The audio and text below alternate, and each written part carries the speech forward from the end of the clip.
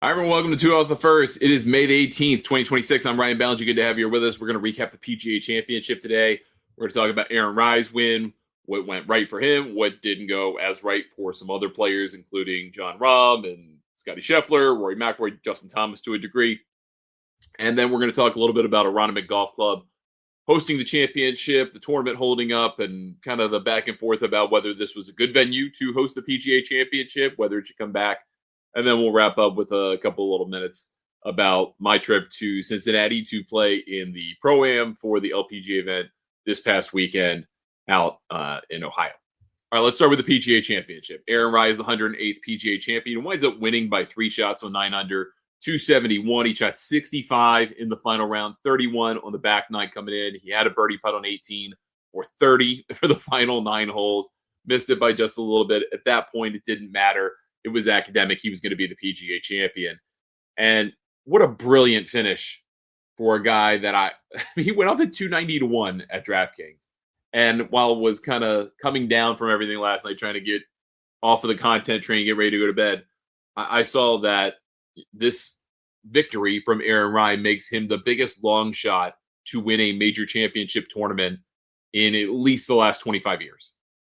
At 290-1 is where he went off. At other books, he might have gone off at 200-1, a little deeper than that, 220. Saw 250 in this story by ESPN, but he went off at DraftKings at 290. And yes, you're supposed to shop around for these things, and the numbers are not all the same uniform. So it goes off at 290-1. That was a bigger long shot than when Phil Mickelson won the PGA in 21. He was 200-1. And then when Louis Oosthuizen won the Open Championship by 8 in 2010 at the Old Course, he was 200-1. Before the tournament started. So Rai is the longest shot to have won a major in 25 years. That's incredible.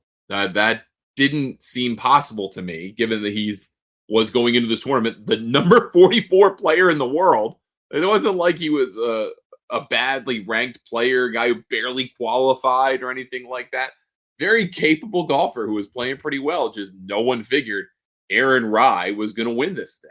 He received something like 0.5% of all of the money bet on anyone to win the tournament, which sounds about right because you have the 20 guys who are the club professionals and maybe Michael Block gets a few dollars here and there, but everybody else was getting $0 from that. So that leaves you down to 136. Probably a lot of the money went to Scotty Scheffler. Probably 10% of the money at least went to Scotty Scheffler, even though he had horrible odds to win, less than 4-1 to win the tournament.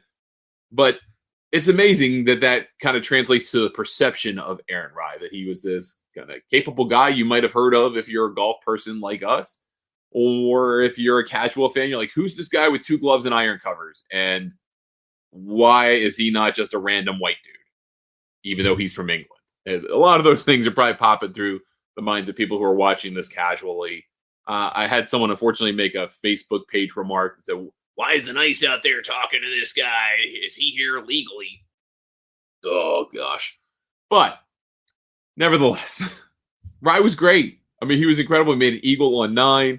He played the shorter holes and more accessible holes the right way. He got to 17. He makes a 68.5-foot putt for birdie. That was a total bonus. He wasn't trying to make the putt, but that set him up going to the 72nd hole. Basically just needed to get it up at, in there in 5 strokes, and everything was fine. He could have ultimately done it in 7 strokes, and it still would have gotten him to a playoff. But the 4 strokes was what he did, and he played it brilliantly. And I think that it is a little downplayed because you don't know who Aaron Rai is. He's a one-time PGA Tour winner. He won at Wyndham a couple of years ago. That was the tournament where Matt Kuchar, I believe, waited till Monday to finish, even though Aaron Rai had won the tournament, which was kind of funny.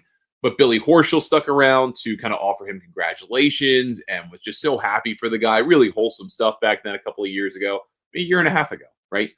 And now he is a guy who is a major champion. His life is changed forever. He's the first Englishman to win the PGA Championship in the stroke play era. So going back to the late 50s is when they converted from match play, is what it was originally, where lots of Englishmen won, especially early. Jim Barnes won a ton of these things. But in the stroke play era, this is your first Englishman to do it. I think that's really cool. That's a cool touch. Of course, a European wins. This is the first time also in the modern history of major championships. So going back to the birth of the Masters in 1934, that 2 European-born players have won majors to start the year. Obviously, Rory McIlroy is from Northern Ireland. Aaron Rai represents England. He's English. They're both British subjects, so I guess you could say that too. That's its own other thing. But that's the first time in history of the modern Grand Slam on the men's side, the 2 European players won the first 2 majors of the year. And of course, that's the Ryder Cup cycle thing for every American who goes, oh no, not another guy who can beat us. And I think a lot of people figure Aaron Rai is going to be on Luke Donald's Ryder Cup team at Adair Manor in 27. And that's probably more or less a thing, but not guaranteed, right? I mean, look at who they ran out there and nuked the Americans at Bethpage with. You got to take one of those guys off the team to put Aaron Rai on the team. I think he will make it, but if he doesn't maintain a pretty decent level of play next year, there is a chance that he doesn't make that team. But it was, I mean, I don't know Aaron personally. I've heard nothing but nice things about the guy. I mean, he wears Me and My Golf, the logo, Me and My Golf, their YouTube channel. They're 2 great guys. I've met them before, met them at a Cobra event, but they operate a YouTube channel. They are PGA instructors. They make swing training aids. They have equipment that they sell too, and they are lifelong friends. They've been friends forever, and he represents them on tour. And I'm sure he has helped move some merch of theirs over the years, even though they have millions of followers. But he talked about that after the fact. His wife, she plays on the Ladies European Tour. She is a very accomplished player herself. She played on the par 3 course in the Masters contest. I think it was last year or this year even. And, she hit it pretty tight. I mean, she's a good player. And he gave her a full glow up after the fact and said, we compete against each other sometimes. They live in the Jacksonville area now full time. So he was talking about that they play at Sawgrass sometimes and she can beat him. She beats him more often than he beats her. He said, thought that was very cool. He said so many nice things about his parents and his family, that his sister, that dedicated their lives to making sure he could play this game, where they inspired him to kind of keep working hard and to always stay humble, because of what they put into creating the opportunity for him to play golf at a high level, and that his dad kind of shielded him from the mess that can be competitive, high-end competitive junior golf early on in his life, so that he could kind of figure out his way to play, that he played from a shorter set of tees and then backed it up a little every year until he got to about high school age, and then really started to compete a little bit more against that bigger pool of players. And it's gotten him this far. It didn't happen quickly, right? I mean, it took him a dozen years of being a professional golfer. And, he's 31 years old. So he's been at this since basically university age, I guess you would say. Once you're done secondary school, he was off being a professional golfer, and he went every which way. He found some success on the DP World Tour. He got over here because of that. He found some success here. He has always stayed true to what works for him. The 2 gloves thing, because he wore them once and kind of just got used to it and liked it and has always stuck with it. He's stuck with the iron covers. He has iron covers. I don't care what you think about iron covers. I would have iron covers on my clubs just to make someone angry, but he has them on there for a good reason. And that's because when he was growing up, when he got this set of Titleist MBs, that his dad wanted to keep the clubs clean because they were expensive and they were special. And so they had iron covers, and he cleaned them obsessively. And he still has those today as kind of a reminder of what he and his family have put into making this happen, and to never forget where he came from. And I love that. I love that he thinks that way. I love that he preaches that. There was something really cool that Xander Schauffele said after the fact, when it looked like Rai was going to win. He was talking with the media and kind of relayed the story where he said, he was at the Scottish Open. They were both at the Scottish Open at Renaissance Club, and Xander Schauffele was staying on the property with his caddy Austin, and they were getting ready to go out at like 9:30 at night for dinner or something. I forget what exactly he said at the moment, but that he had walked by the putting green, and there was Aaron Rai still working on his game. And then he's always in the gym. He's always working on his game. He's always trying to get better. And that commitment got paid off, and he was really happy for him. And I don't think you would find a person on the PGA Tour that would say a negative word about Aaron Rai. He is a genuinely good person who just happens to be incredible at golf, is probably a little on the quieter side, right? A little bit on the quieter side, but an absolutely nice individual. And I like to see that. I know that, sometimes in golf people want more dynamic personalities and guys with flair and get upset and show their emotion and stuff like that. That's not Aaron Rai. And honestly, if I won the PGA Championship yesterday, I probably have done a lot of the same things. I'm not a rah-rah guy. I'm not a woo guy. I don't express myself a lot in those types of moments with anything more than kind of a proud smile, maybe a light fist pump. I mean, even when the 68-foot putt went in last year for JJ Swan, I forget what the exact length of his one to win the U.S. Open was at Oakmont, 64 feet. But, he went nuts. Aaron Rai was just like, I can't believe that went in. He just kind of like little light fist pump, like, this is really happening today. It almost like it was a shock to him that it happened today. And then, he high-fived or low-fived his caddy and just kind of went about his business. And yes, that is sometimes extremely boring, but I feel like Aaron Rai was genuinely shell-shocked that he showed up and played the best round of his life yesterday, and that was good enough amid a crowded leaderboard to win by 3 shots, considering that the cut line, I think the difference between first and missing the cut was 6-5 at the weekend, right? And he winds up separating to win by 3. That is incredible to me. I think that's wonderful. Congratulations to Aaron Rai on being a champion. Your life has changed forever. You have the Wanamaker for a year. You're going to get the 90% replica. You get in the PGA Championship for life. You get in all the majors for the next 5 years. You are now 15th in the official world golf ranking. And pretty much, so long as you kind of stay sentient, you're going to be in the top 30 in the world by the end of the year, unless you literally miss every cut. So he's done something incredible here. This is really, really cool. And I think it turned out to be a great finish. And definitely not the ending that any of us saw coming, given who was out there to win. And sometimes you get a happy surprise, and Aaron Rai is certainly a happy surprise. All right, let's talk about Aronimink as a host. Aronimink hosted for the first time since 1962. Back then, Gary Player won. They were supposed to host in, I think it was 1993, and that was walked back by the PGA of America because at the time, they kind of got the Shoal Creek treatment of all of the clubs that refused to have or be willing to admit African-American members.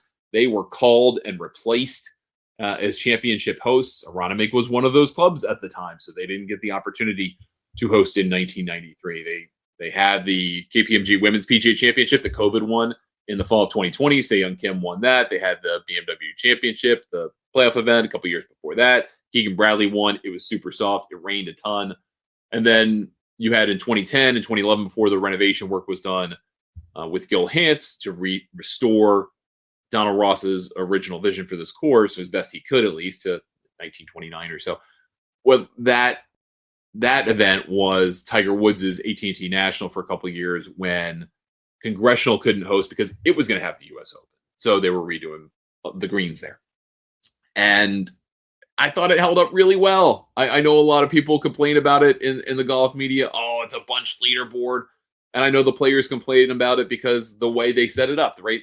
The way the green complexes work on this particular Ross, and frankly on a lot of Rosses, is that there are sections of green that you can play into that are kind of stitched together, and they're stitched together with parts you absolutely shouldn't be connected to, right? The surrounds, basically, you don't hit to those.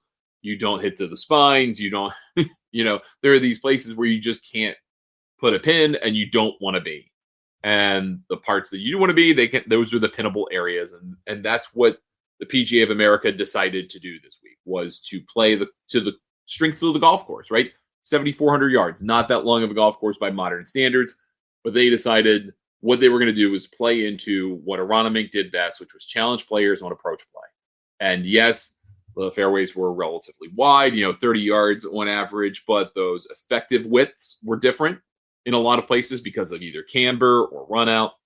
So players had to make decisions about how they wanted to play off the tee. Positioning did matter, just didn't necessarily look like it on TV because it set up the angles to which you could play. And you saw it repeatedly over the course of the weekend where guys would try to overpower the golf course and they would find themselves as long as they expected, but in a bad position relative to where the flags were or how the green was set up. And they wouldn't be able to access the flag, right? They'd have to almost chip out because they went too far. They got themselves in a bad way, angle-wise. I thought that made the course fascinating. It did create a bunch leaderboard because that meant the safe play was the right play most of the time. That meant 25 feet away from the flag, playing away, playing toward the middle of the greens. Middle of the green was your friend a lot this week. And that meant a lot of shots where the result was good, right? It was what they intended to execute, but it left them with a putt that wasn't easy to make. And I know when we're talking about this in a little while, but having played Ross Greens in the Pro-Am at Cincinnati at Makatiwa Country Club, and having played a bunch of Ross courses over the years, that's kind of how it works. That's how Ross courses tend to work. Some more than others. This more to an extreme than some others. I mean, Aaron Rai won on a Ross course at Sedgefield, his first PGA Tour win. So apparently he's a Ross specialist. But what you have to do in these situations is not particularly sexy. It's hard to fire at these pins. And it got firm and fast, and the temperature changed radically from the first 2 days, Thursday and Friday, where it was in the high 60s, low 70s, windy. And then the temperature ramped up 15, 25 degrees by the time you got to Sunday afternoon, where it was in the 90s up in Philly. Very, very warm day. The golf ball moved, the course firmed, and they could move some of the flags to easier locations because the harder ones would be almost impossible. So they made it so if you hit the right shots, you got lucky, you could score. That's why the scoring changed. You had to change the setup knowing what the weather was. It wasn't meant to stick it to anybody. It wasn't meant to bother anybody. It was literally what they had to do to keep the course alive and still make it reasonable to play between the two rounds. So it was a tale of two tournaments. I thought that was great. I love when that happens. I love when you get 2 or 3 different styles of golf course in the course of a week. That's basically a U.S. Open, right? Start on Thursday typically. It's pretty playable. It's a little bit softer. That's the last time they really apply water and cut. And then you grow it out. And Friday gets a little bit tougher. And Saturday they make it really tough usually. And then Sunday they let it up a little bit. And they give you a couple opportunities to score. This was a little bit different rendition of that. Augusta does that too sometimes. They have a tough day. And then they make obviously Sunday about the roars and the traditional hole locations. But Saturday you can move if you play good golf. So I think the PGA of America did the right thing here. I think they played the venue very well. I don't think we're going to see this as part of a rotation, right? They have kind of gotten themselves into a bind here where they're committed through the next decade, right? And they've gone to a lot of East Coast really nice country clubs. We're going to get it here at Congressional in 2030. Next year could be an absolute disaster at PGA Frisco. I think it could be fascinating. It could be a disaster, given what happened at the Women's PGA Championship when it blew so hard and it was almost impossible to hold greens. And there were 3 players under par. I think you could see a similar thing next year where a lot of players get very angry at the setup if it's windy. If it's not windy, they could tear it apart. But if it is, it could be very difficult for the players to score. And then you've got Olympic Club, obviously an incredible place. They have historically been a USGA facility, but they're going to do a great job as a PGA Championship place. You got Baltusrol after that, traditional East Coast, another restoration by Gil Hance. His team did both the lower and the upper. They're doing the lower for this. It's a Tillinghast. It should be a lot of fun. And then you're going to have Congressional to round out, this kind of period and then start the next decade. So I think Aronimink did his job. It's a different test. It's not always going to be the same. And I don't think it should be the same because then you get the same kinds of winners. You want occasionally different things. And I think you got that here in Aronimink. I thought they did a fantastic job. And kudos to the club. I will say I went up there for a couple days and the setup was pretty solid. I mean, Newton Square isn't exactly the most accessible place. We had to park at a casino, the Valley Forge Casino, and took a shuttle over. Very easy to do. Plenty of parking. That was fine. They got us over there. One of the best media center drop-offs of all time. got out, went through the gate, up a flight of steps, and you were in the media center. From my perspective, that's a 10 out of 10, right? Easy to get in, easy to enjoy yourself. And it looked like they did a pretty good job of just transporting people around. It's tough to do in major metropolitan areas. DC is going to be a nightmare in a few years. Philly is tough, especially the suburbs of Philly, the northwest suburbs of Philly, because just the way that the kind of highway system works, it's kind of narrow and not so easy to navigate. And they did the best that they could. I mean, I think they got a very solid turnout. They got obviously the vocal Philly fans. They had a lot of fun. You got a great leaderboard. What more can you ask for? I hope that they reward Aronimink coming back sometime maybe in the 2040s or something like that. By then, I will probably not be covering golf anymore, but, who knows? We'll see what happens. But either way, I thought Aronimink did a great job. All right, let's round out the show with a couple things. So I went out to Cincinnati. I've covered 3 golf tournaments in the last week or so. Went to Live Golf Virginia, and you can watch that episode if you would like, my review of that. But went out to Cincinnati. I drove out there 7.5 hours or so from here. Never been to Cincinnati, and went out to Makatiwa Country Club for the Kroger Queen City Championship. My buddy Brendan Sweeney, my co-host on the Road to French Lick, good buddy of mine, of course. We found ourselves in the Pro-Am. Thanks to the folks at USA Today. Shout out to them for the opportunity. Thank you, Chris. But we found ourselves in the Pro-Am with an opportunity to play. He was already going to be in the French Lick area, so it's about 3 hours away. He drove up. I decided to drive instead of flying because at the end of the day, after the amount of time it would take to fly, get to the airport, and then get a rental car and all that stuff, I was only saving myself like 2 hours for a $450 round trip. Just not worth it. So drove out, lovely drive, and got to a city I'd never been to. We had a great time at Makatiwa. The folks, the membership were fabulous. This is their first year hosting. They were so proud to host it. It's a club that's been around more than 100 years. I mean, it's a legendary place in Cincinnati. The golf course is it's Ross. I mean, it's turn of the century Ross. A little wonky. Some greens are fascinating. And fascinating can be a hard word for maddening sometimes, but it was a great golf course. We played with Nana Kirst Madsen, who was awesome for 9 holes.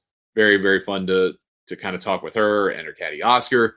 And then Pei Chen from Taiwan joined us for the second 9. She had just come in after qualifying for the U.S. Women's Open, a 36-hole qualifier at Streamsong Black. So she was super happy. A lot of fun, very witty. She wound up withdrawing from the tournament after the first round. I mean, she told us she had basically nothing left, but she played with us because that was what she was expected to do. We finished, I think, T11 in the end, but the folks who won, they were the last group. They were playing with Jiang Kang and Karen Stupples from the Golf Channel, and there were 2 members, and I think they were 19 under par. I mean, they lit up the golf course. It was unbelievable. And Karen Stupples had not played a round of golf, like a regular round of golf, in 4 years. And we went to watch her for a few holes to film a segment for the Road to French Lick. And, I mean, she was lighting it up. I mean, she was hitting it close on almost every iron shot. So it doesn't go away when you're that good, when you're a major champion like Karen is. And it was really cool to see her. And got to bowl with Commissioner Craig Kessler. They had a really cool pairings party, which is a typical thing for a Pro-Am, but they had a bowling alley, 6-lane bowling alley at Makatiwa in the basement. So bowling, drinks, fun, all that good stuff. Cincinnati's a cool city. Had a serendipitous encounter with some of my best friends' cousin's spouse. We used to hang out a whole bunch, and we definitely had no reason to meet in Cincinnati, but found ourselves next to each other on a bar stool at the hotel bar, which is pretty incredible. That was cool. That was kind of a capper for the weekend. All right. We've got a fun week this week. We've got the Byron Nelson down in Texas. It's Scotty Scheffler versus the field. He's, I think, plus 2-1, something like 2-1 to win the tournament this week. That's kind of crazy. That's a Tiger-like number as he defends the title he won last year on by 8 shots at 253 total, which is incredible unto itself. So we've got that this week. We also have the DP World Tour back in action, the Soudal Open in Belgium. We've got the Corn Ferry Tour that continues their run. They're in Knoxville, Tennessee for the Visit Knoxville Open. We've got the Champions Tour in Morocco this week. So we've got a pretty decent slate of tournaments. And then we're getting ready for the ShopRite LPGA, which is next week on the LPGA tour, getting toward that major championship season where you're going to have not only the PGA Tour sanctioned majors, but then you're going to have more LPGA majors. We've already had 2 PGA Tour Champions majors. It'll be fast and furious from here on out. So excited about that. Thank you so much for watching or listening. I appreciate it. You can get a hold of me, Ryan at thegolfnewsnet.com. I am on Facebook or Instagram at Ryan Ballengee Golf. Also on TikTok at Ryan Ballengee Golf. Or you can find us on any of those services at the handle Golf News Net. We'll catch you on the next episode. Thanks for checking us out. We'll see you here next time on 2 of the First.